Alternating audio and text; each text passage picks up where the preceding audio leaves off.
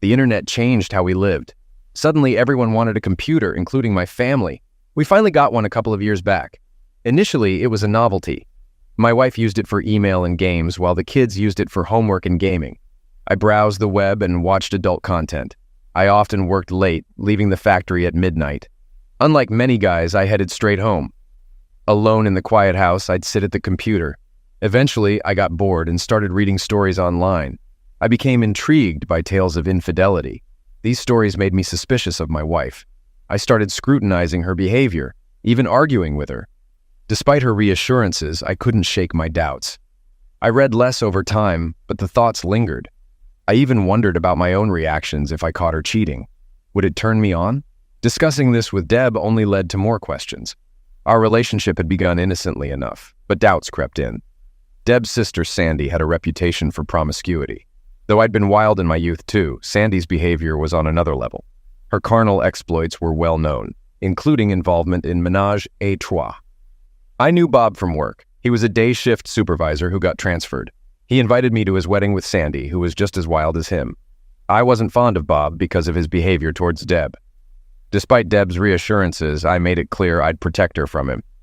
We agreed to keep our past relationships private due to jealousy. Our conflicting work schedules strained our marriage. I didn't want to encounter someone Deb had slept with. Nor did I want to admit I'd been with her sister when our kids were young. Despite our differences, we managed to get along, though we didn't see each other much. Deb asked me to fix Sandy's leaking sink, knowing Bob was useless with repairs. I promised to take care of it on my way to work. While I worked, thoughts of Sandy's lifestyle as a possible wanton lingered, fueled by Bob's revelations. Despite Sandy's advances, I joked to keep things light. She didn't tempt me enough to risk my marriage. Arriving at Sandy's house, she greeted me provocatively. As I fixed the clog caused by eggshells and potato peels, Sandy hovered nearby, emphasizing her availability. "What are you doing, Sandy?" "I want you." "Stop it, Sandy. I'm trying to finish this job." She paused briefly, allowing me to complete the task. When I stood up, she persisted. "Are you going to sleep with me now?" "No, Sandy, I can't do that. Deb is your sister and I love her. I won't cheat on her, especially not with her sister." "Have you forgotten how it was in high school? Are you too good to sleep with me now?" "Sandy, please, I love Deb." "She doesn't know about our past together unless you tell her. You're a beautiful woman." "But I love Deb." "You foolish man. Either you'll sleep with me or I'll tell Deb you did it anyway. She'll believe me. After all, I'm her sister." "Why are you doing this? Why hurt us? Deb is your sister and she loves you." Sandy laughed. "My innocent sister thinks she's perfect. Let's see how she reacts when I spill the truth." "Sandy, don't do this. I won't have lovemaking with you. And I'll tell Deb about our past in school. I know she'll understand."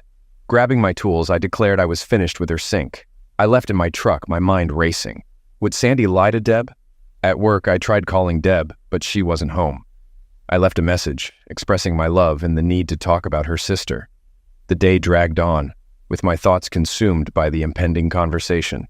By evening, I called home again, but no one answered. Deb had left with Sandy and Bob, leaving the kids with me. I decided to keep them overnight. "Is something wrong, Ray?" asked Deb's mom.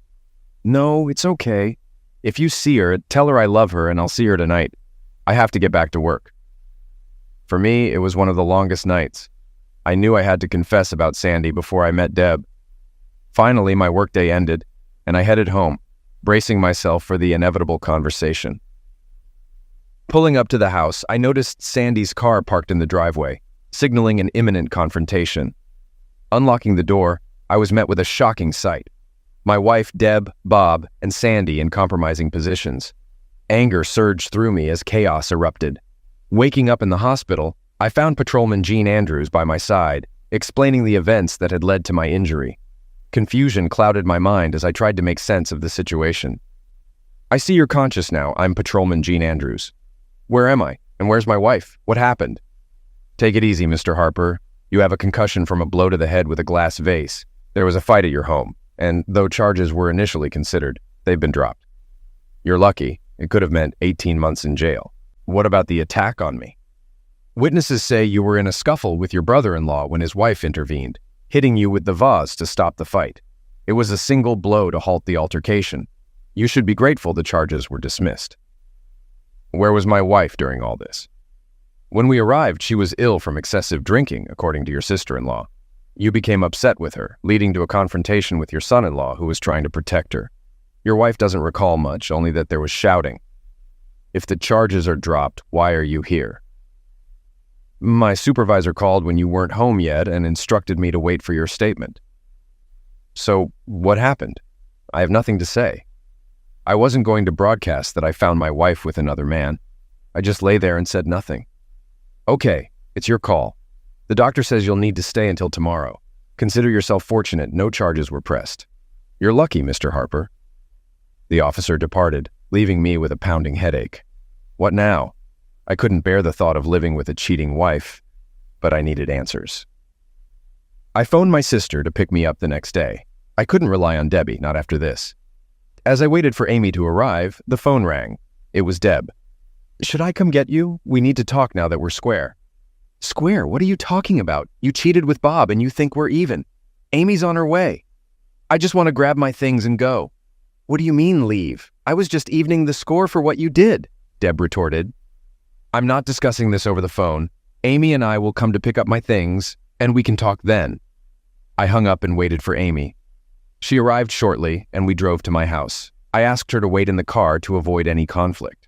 Knocking on the door, Deb answered. I inquired about the kids, and she mentioned they were at her mom's. Beginning the conversation, I addressed her response to my message. Did you listen to my voicemail? Yes.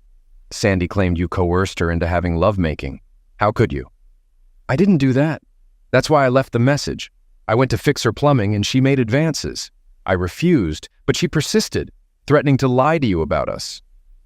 I don't believe you. She wouldn't lie to me. She's envious of our marriage and wanted to break us apart.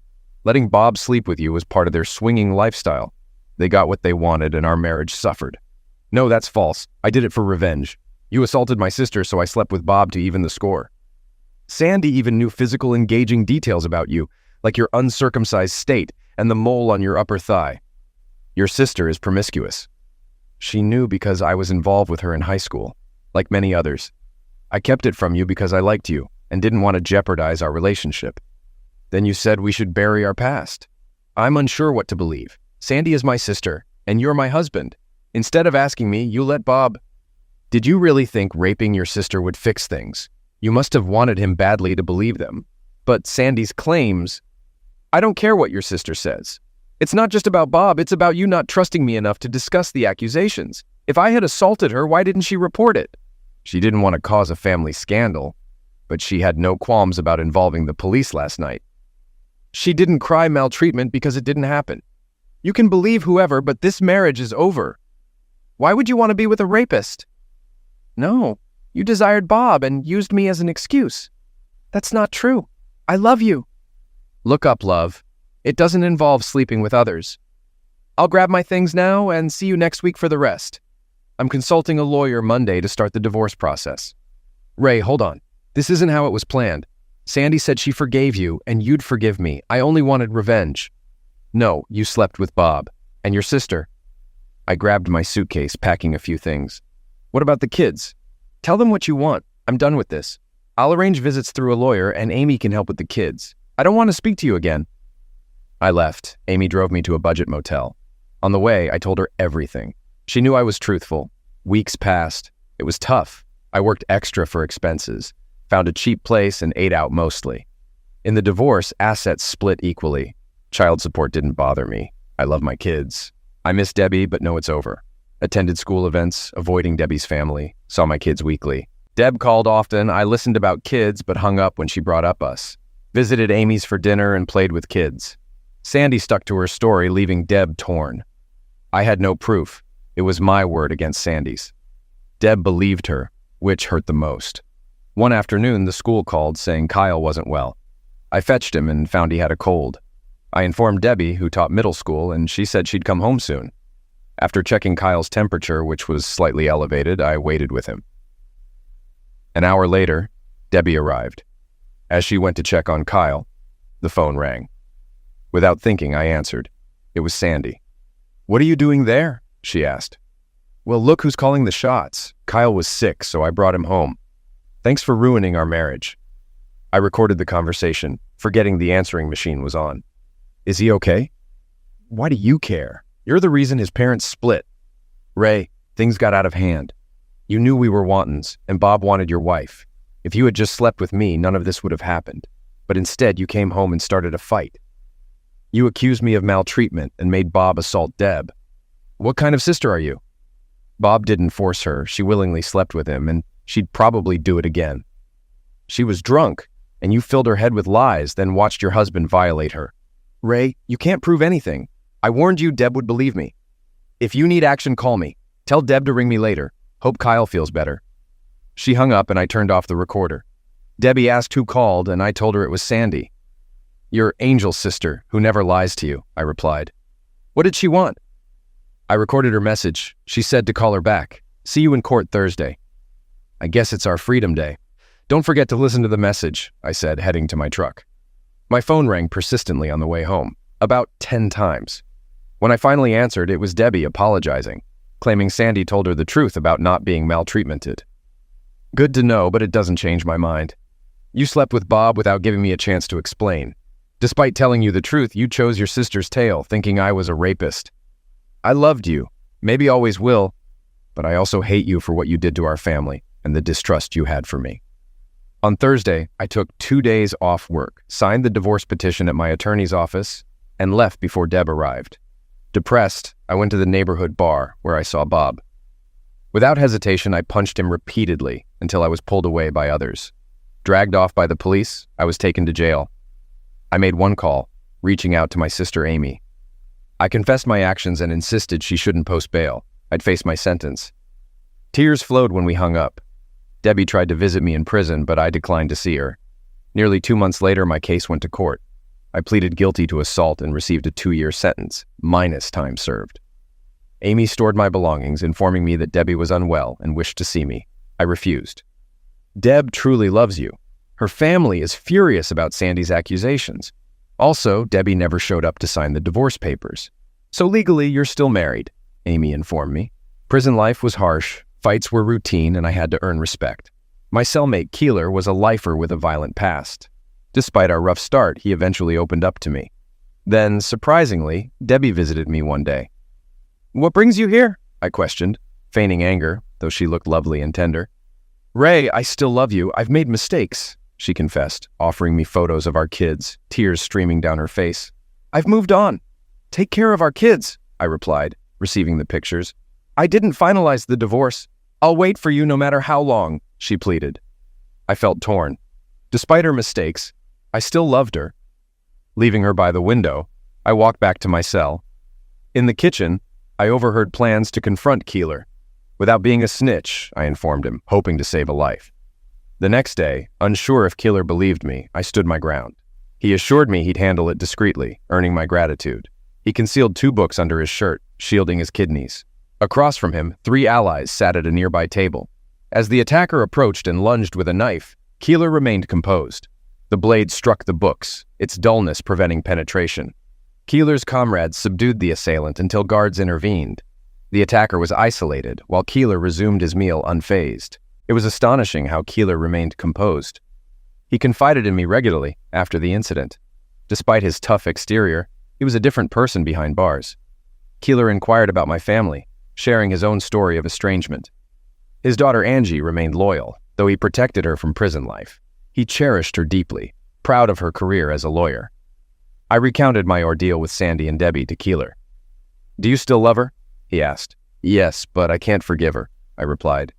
Keeler urged me not to hold on to grudges, sharing his own regrets. His words left me pondering my future upon release. Without a job or family, what would I do? The following month, Debbie visited me again, her eyes teary but smiling.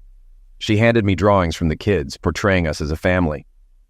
They miss you, Ray, and I miss you terribly. Can you forgive me? Can we rebuild our family? I've cut ties with Sandy and Bob. I regret not trusting you, I confessed. Doubt lingered. Would she believe me if faced with accusations again? Deb, I want to forgive you, but it's hard. Seeing you with Bob is etched in my mind. Did you have feelings for him? No, I despised it. I felt sick when you walked in. I regret my actions deeply. I only want you, Ray, the father of our children, she pleaded. Weeks later, Amy visited with unsettling news. I saw Sandy and Bob together at the house. I don't know why. I thought you should know. Confusion swirled. Had Deb lied again? I was ready to forgive, but now doubted her honesty. I needed to understand why Deb was reconnecting with Susan and Bob. A month later, Killer and I spoke, and he expressed gratitude for my past help. He, a former lawyer, offered to leverage his connections to potentially secure my release from parole. Though uncertain, I trusted him. Keeler's integrity stood firm, despite his criminal background. I respected his stature and refrained from probing further, choosing to accept his word. A few weeks later, I was summoned to the warden's office for the parole board meeting. The prison governor was the first to address me. "Mr. Harper, we have a parole application for you. After reviewing your file, we noted your initial struggle to adjust. Is that accurate?" "Yes, sir. I found prison life challenging, but I tried to adapt." "If released earlier, where would you have lived and worked?" I had to think quickly, realizing the importance of my response. "Well, sir, my sister and her husband offered me a place to stay, and my previous employer expressed willingness to rehire me." "Aren't you married, Mr. Harper?" "Yes, sir, but we were in the process of divorce when I was sentenced. I'm uncertain about our future." "We appreciate your candor. We knew about your marital status and wanted to gauge your honesty." "Regarding recidivism, we're cautious about early releases. I assure you, I'm committed to staying out of prison." "Return to your cell, Mr. Harper. We'll notify you of our decision by month end." "Thank you, sir, for considering my parole." Back in the cell, Keeler inquired about the meeting. I shared my responses and asked if he had any involvement. "You never know, but if you're released early, I'll expect a weekly box of cigarettes on my account," he chuckled.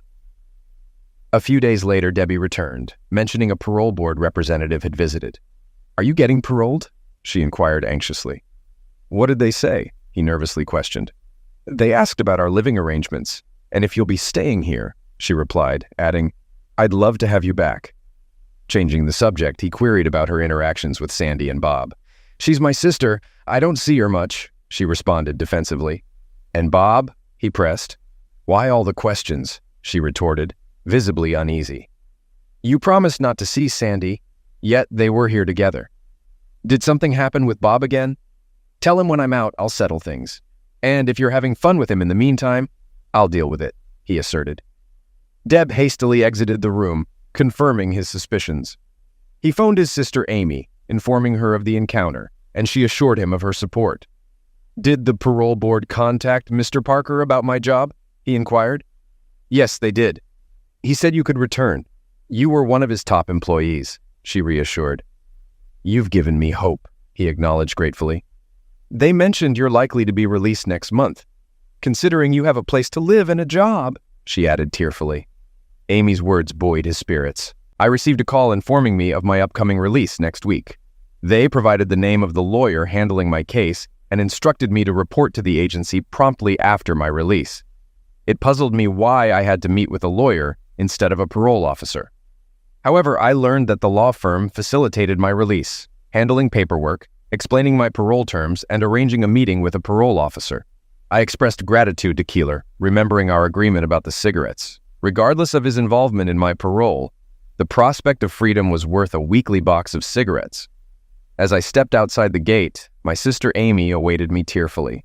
We shared a hug and a brotherly kiss. Inside Amy's house, her husband welcomed me warmly. Amy mentioned that Debbie, after consulting with a lawyer while I was incarcerated, had initiated the divorce proceedings. It seemed my suspicions about Deb were confirmed. Yet now, I was a free man. Knowing I needed to arrange visitation with my kids, I called Deb's house beforehand to ensure she was available. I clarified that I sought no trouble and suggested we discuss arrangements on her porch.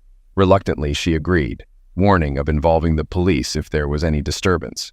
As I arrived at the house, my children rushed to me, shouting, "Daddy! Daddy! You're back!" I embraced them tightly, feeling the depth of my longing for them. After a brief chat, I urged them to ride their bikes, recalling how their mother and I used to watch them from the porch. "Debbie, these kids are mine too. I want to be a part of their lives," I asserted, frustrated by her dismissive attitude. "I was willing to forgive you, but you went back to Bob and Sandy. I won't tolerate exposing my children to their lifestyle," I warned sternly, emphasizing the seriousness of my intent. Debbie insisted she wouldn't subject the kids to that lifestyle and claimed she had changed. "Actions speak louder than words," I reminded her skeptically. After bidding my kids farewell, I discussed their well-being and promised to spend more time with them once I found a nearby apartment. As I left, a sense of unease settled over me, knowing I needed legal guidance in this complex situation. I hadn't spoken to the lawyer who secured my parole. Approaching the receptionist, I presented the card from the parole board. "May I see Mr. A.J. Brady, please? I have an appointment. I'm Ray Harper," I stated. The receptionist assured me Brady would see me shortly and directed me to take a seat. While waiting, I wondered if she had said Miss Brady. The card indicated A.J. Brady, so I assumed it was a man.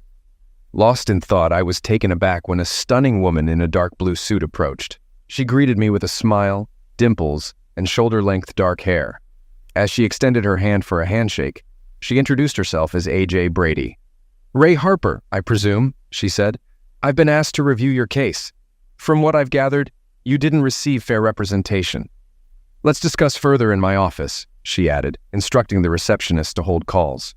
"Yes, Miss Brady," the receptionist responded. I followed her into her office. If she had asked, I would have followed her anywhere. She was strikingly beautiful. "Well, Mr. Harper, we finally meet," she said. "Please call me Ray," I replied gratefully. "I owe you my life, but I'm curious, why me?" "A friend of mine asked me to look into your case," she explained. "Your lawyer failed to mention key details like your recent divorce and extenuating circumstances. I presented these to the parole board, who agreed your sentence was excessive."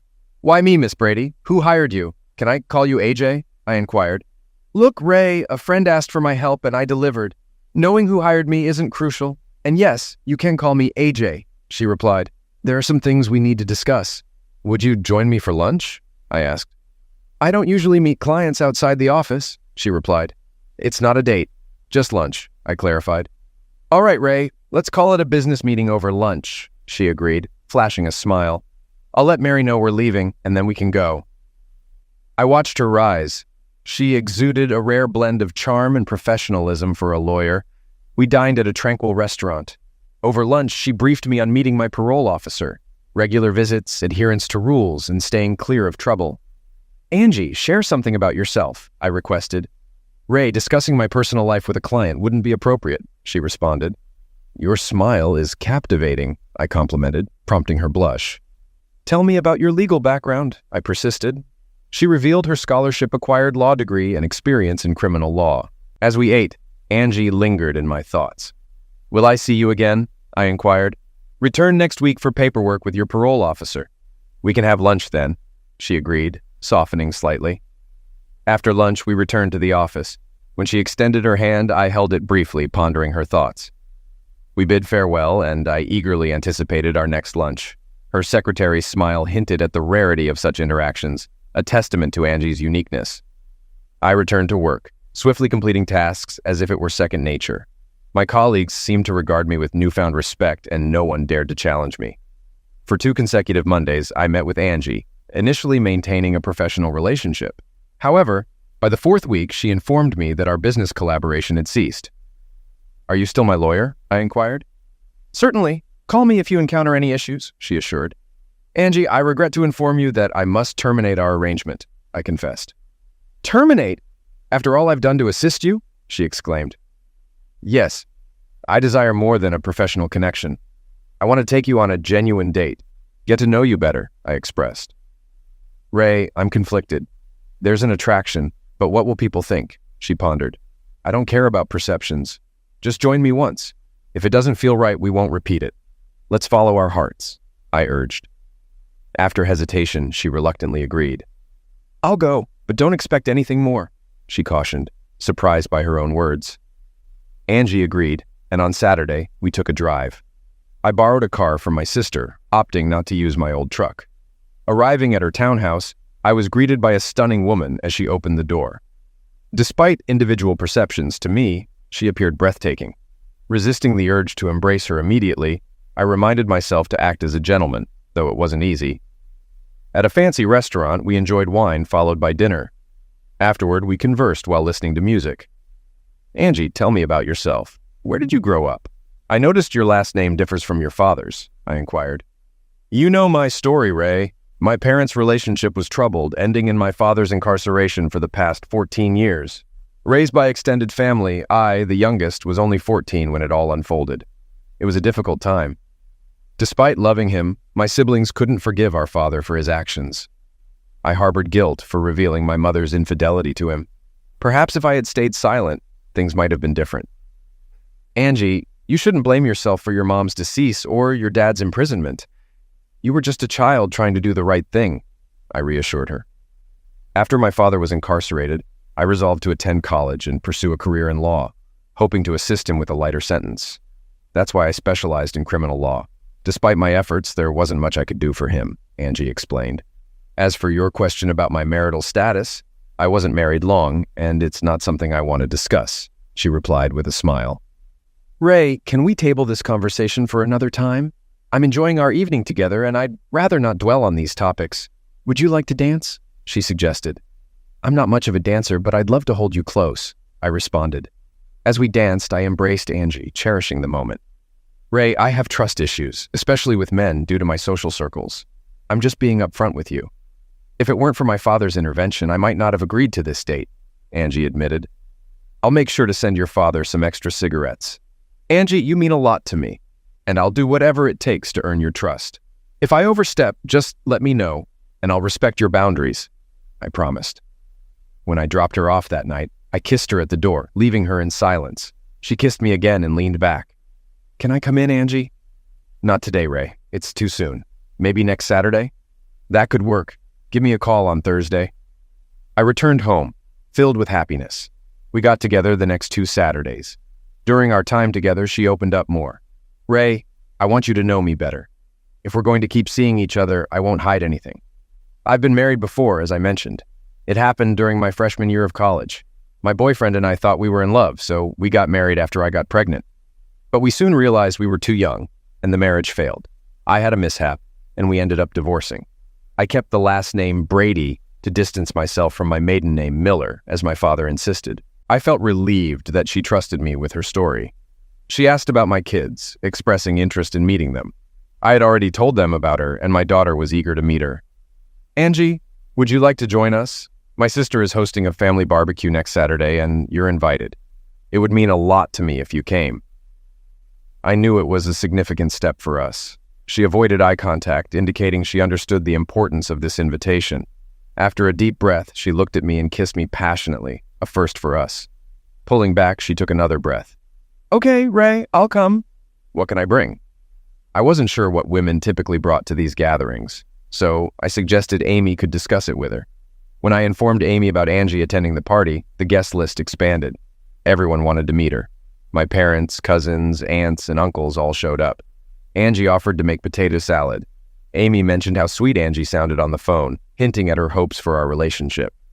Every weekend, I visited Deb's house to pick up my kids. We'd either hang out at Amy's or do something fun together. I asked about their mother respectfully. Kyle mentioned she was dating a man, which concerned me initially. But Kayla reassured me. He was their school teacher named Pat. He'd lost his wife to leukemia and had moved to start anew. He had a daughter their age, whom Kyle and Kayla liked. I need to tell you something, Deb.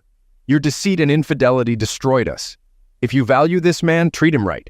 Most importantly, be truthful with him. Don't repeat the same mistakes you made with us. Pat cares for our children and treats them well. He's aware of your existence and acknowledges you as their father. I hope things work out for us. I hope I haven't tarnished your future relationships. Ray, you're a decent man, and I believe you'll find the right partner. I'm just sorry for the pain I caused you. After bidding farewell, I drove home. I rented a small apartment about a mile from Deb and the kids. Opted for a 2-bedroom place so the kids have a spot when they're with me. I still swing by Amy's a couple times a week, usually for a meal, but I enjoy visiting them too. As the barbecue day arrived, I felt anxious. Waiting outside, I felt immense relief seeing Angie's car pull up. She greeted me with a smile, offering a bowl of potato salad. Make sure to have some, she teased. She looked stunning. I couldn't see her any other way. Being with her made me feel elated. I realized I'd fallen for her, even though we'd only shared kisses. Some things you just know. I hoped she felt something for me too.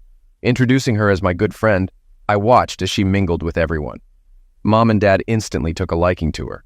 Dad even quipped, "Don't let her get away, Ray. We already adore her and we barely know her." Angie glanced at me and smiled. When I introduced her to Amy, their mutual glance seemed like positive reinforcement. Ray, I never mentioned this, but I encountered your sister during the parole interviews. I didn't bring it up as it wasn't relevant until now.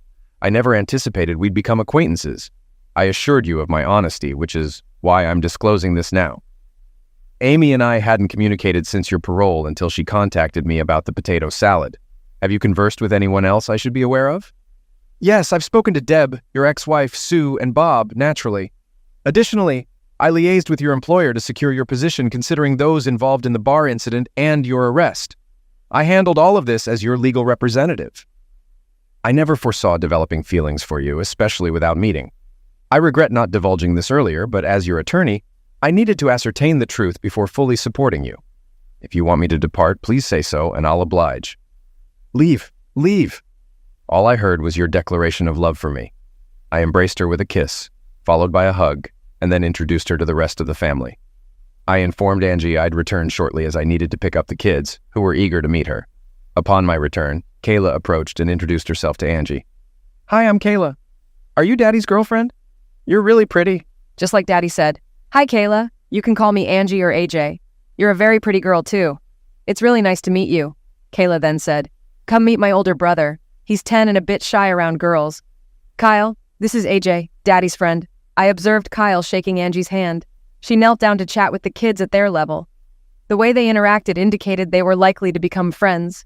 I joined them, and Kyle, not typically talkative, told me, "We like her, Daddy. She's so pretty and sweet." Angie simply glanced at me and smiled. The barbecue was fantastic as the evening progressed. While chatting with Angie, Kyle and Kayla approached us. Dad, remember you mentioned going to the amusement park in 2 weeks? Can Angie come with us? That way, when Kayla and I ride the attractions, you'll have someone to talk to. I attempted to convey to Kyle that such inquiries should be made in private. Angie might have other commitments or might not enjoy amusement parks. He glanced at Angie and apologized to her. Sorry, Angie. I didn't realize you weren't fond of amusement parks. Angie chuckled and knelt down, addressing Kyle. Sweetheart, what your daddy means is that those questions are better asked to him privately, not me. As for amusement parks, I adore them and would love to go. If it's all right with your daddy, perhaps you and I can enjoy the roller coaster together.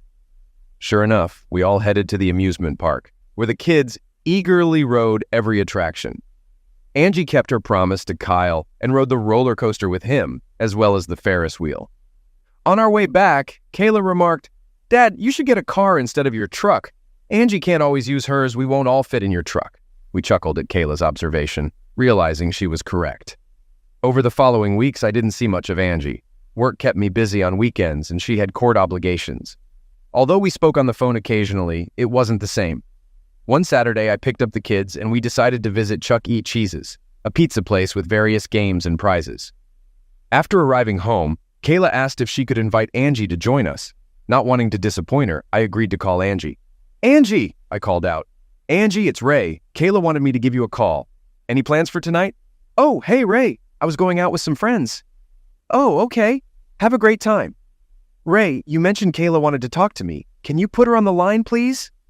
It's all right, Angie. Sure, that'd be nice. Could you pass the phone to Kayla? I could only hear one side of the conversation. Hey, Angie, Dad's taking Kyle and me to Chuck E. Cheese's for pizza and games. We thought you might want to join us. Yeah, okay. I'll let him know we miss you too. All right, bye. I felt bad for Kayla. I'm sorry, honey, but Angie already has plans. What do you mean, Dad? She said she'd be here in half an hour.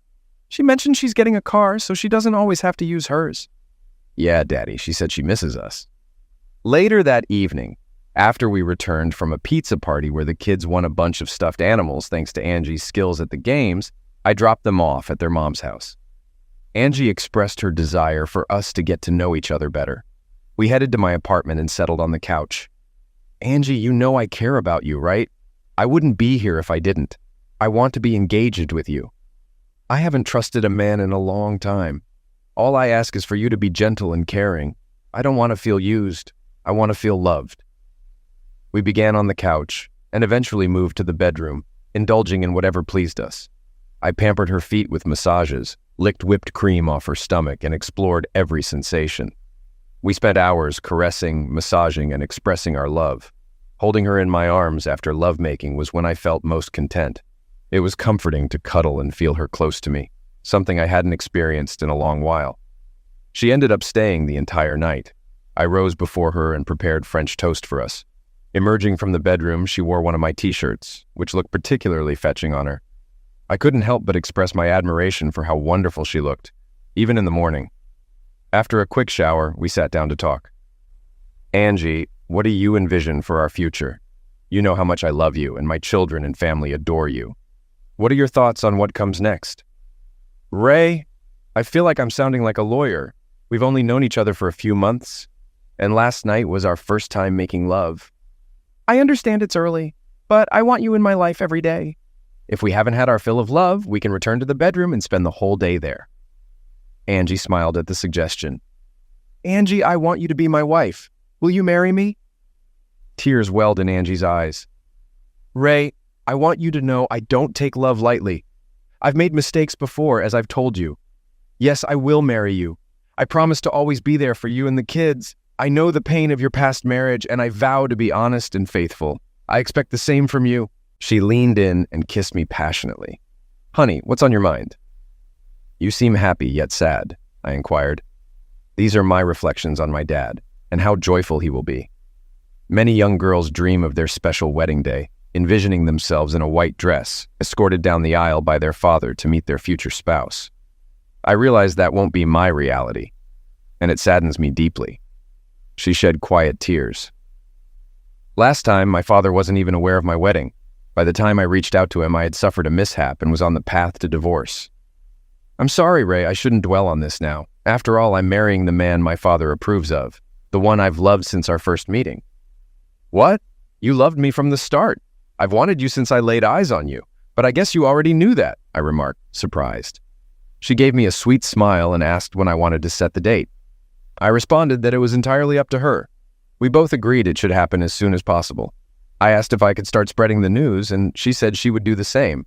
We just needed to settle on a date. We settled on 2 months from then. For the next few days, I was elated.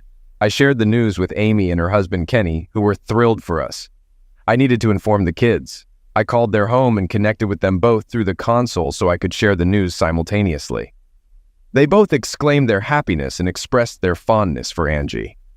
I assured them it was happening in a couple of months, and that they were among the first to know. When I entered Angie's office, her secretary Mary congratulated me. She informed me that Angie had already spread the news and invited everyone to the wedding reception. Mary then called Angie and beckoned me in. Angie was waiting, tears silently streaming down her face. What's wrong, Angie? I called the prison, spoke to the warden, and requested a day's leave for my dad to attend our wedding. He informed me that my dad is prohibited from leaving the prison under any circumstances. His life sentence is final. He expressed regret, but said there was nothing he could do. I'm deeply sorry, Angie. I understand how much your father's presence means to you. It's deteriorating, Ray. Despite being in remission, Dad's cancer has resurfaced. He has 3 to 6 months left. Tears welled in her eyes, and I enveloped her in my arms.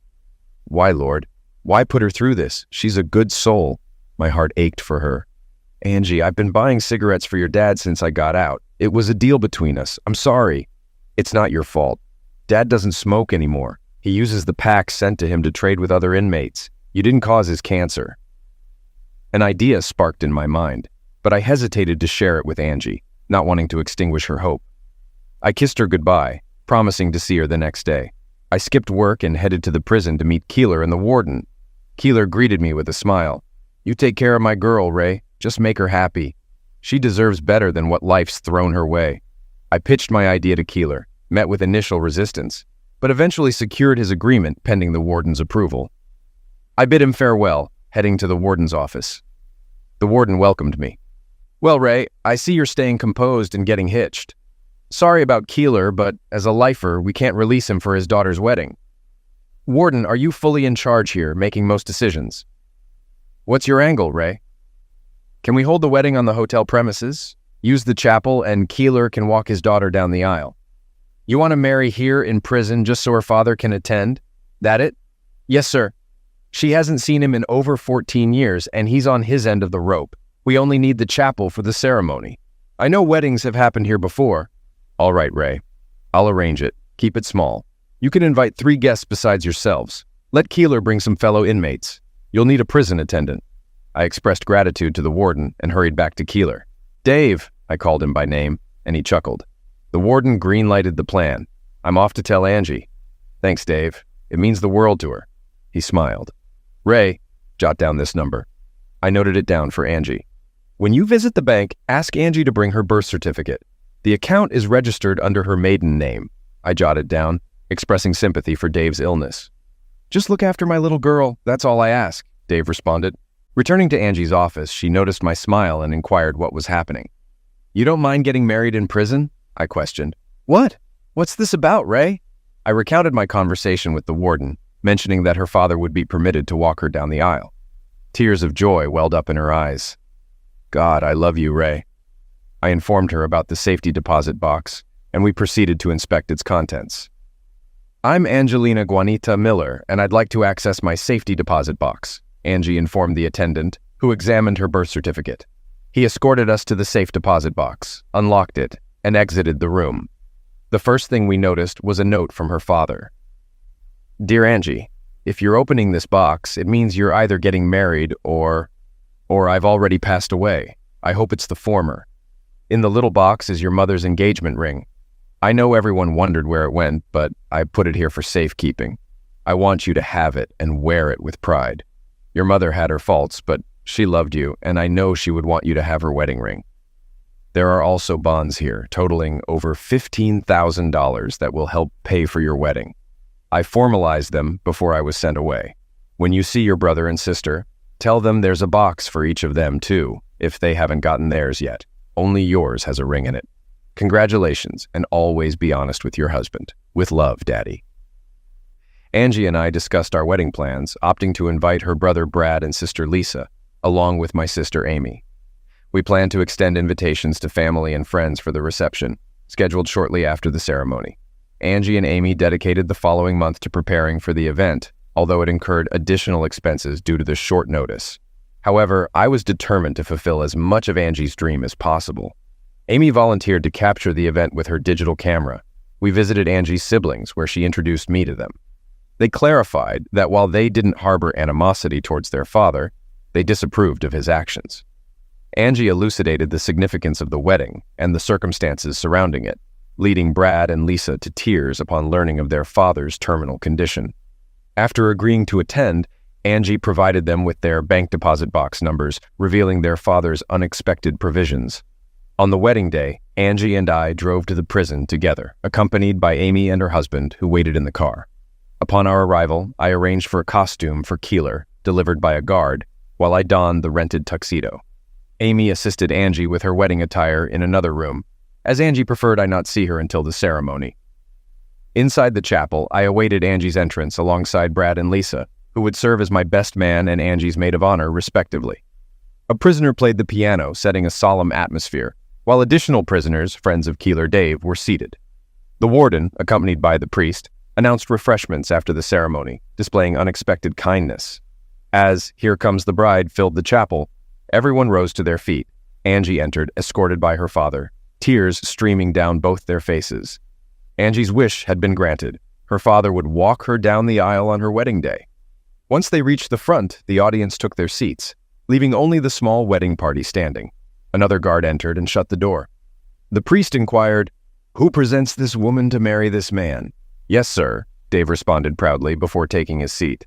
"Angelina Juanita Miller Brady, do you accept Raymond Michael Harper as your husband?" The priest proceeded with the ceremony, posing the same question to me. We both solemnly affirmed, "To love and cherish from this day forward." It reflected our mutual commitment. Nothing would ever come between us. With challenging pasts, we were determined to make our marriage succeed.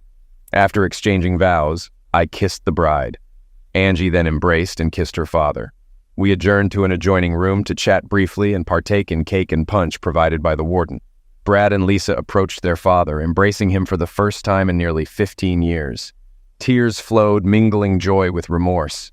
Aware of their father's terminal condition, they sought to reaffirm their love for him. Amy documented moments throughout the ceremony, capturing heartfelt interactions among Dave and his children. Her photos, encompassing tears, embraces, and even some laughter, were swiftly developed and enlarged at a 24-hour photo center.